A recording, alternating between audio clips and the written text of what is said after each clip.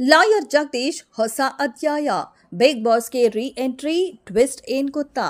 S, lawyer Jagadish Bigg Boss season 11ರಲ್ಲಿ ಮಿಂಚಿ ಅರ್ಧಕ್ಕೆ ನಿಲ್ಲಿಸಿದ ಲಾಯರ್ ಜಗದೀಶ್ ಅವರು ಹೊಸ ಅಧ್ಯಾಯ ಶುರು ಮಾಡಿದ್ದಾರೆ. ಲಾಯರ್ ಜಗದೀಶ್ ಅವರು ಹಲವು ಕಾರಣಕ್ಕೆ ಇದೀಗ ಕರ್ನಾಟಕದಲ್ಲಿ ಸುದ್ದಿಯಲ್ಲಿ ಇದ್ದಾರೆ. ಇದೀಗ ಅವರು ಅಂತಾರಾಷ್ಟ್ರೀಯ ಮಟ್ಟದಲ್ಲಿ ಮಿಂಚಲು ಮುಂದಾಗಿದ್ದಾರೆ. ಹೌದು, ಈ ಬಗ್ಗೆ ಅವರೇ ವಿಡಿಯೋ ಮೂಲಕ ಸಿಹಿ ಸುದ್ದಿಯನ್ನ ಹಂಚಿಕೊಂಡಿದ್ದಾರೆ. ಹಿಂದಿ ಬಿಗ್ ಬಾಸ್ಗೆ ಎಂಟ್ರಿ ಕೊಡುವ ಬಗ್ಗೆ ಲಾಯರ್ ಜಗದೀಶ್ ಅವರೇ ಮಾತನಾಡಿದ್ದಾರೆ. ಲಾಯರ್ ಜಗದೀಶ್ ಕ್ರೇಜ್ ಸಿಕ್ಕಾಪಟ್ಟೆ ಜಾಸ್ತಿಯಾಗಿದೆ.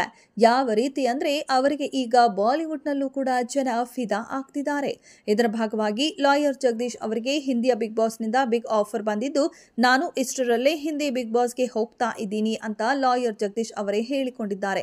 ಅವರು ಹಿಂದಿ ಬಿಗ್ ಬಾಸ್ಗೆ ಹೋಗುವ ಬಗ್ಗೆ ವಿಡಿಯೋವೊಂದನ್ನು ಹಂಚಿಕೊಂಡಿದ್ದು, ಸದ್ಯ ಈ ವಿಡಿಯೋ ಭಾರಿ ವೈರಲ್ ಆಗಿದೆ.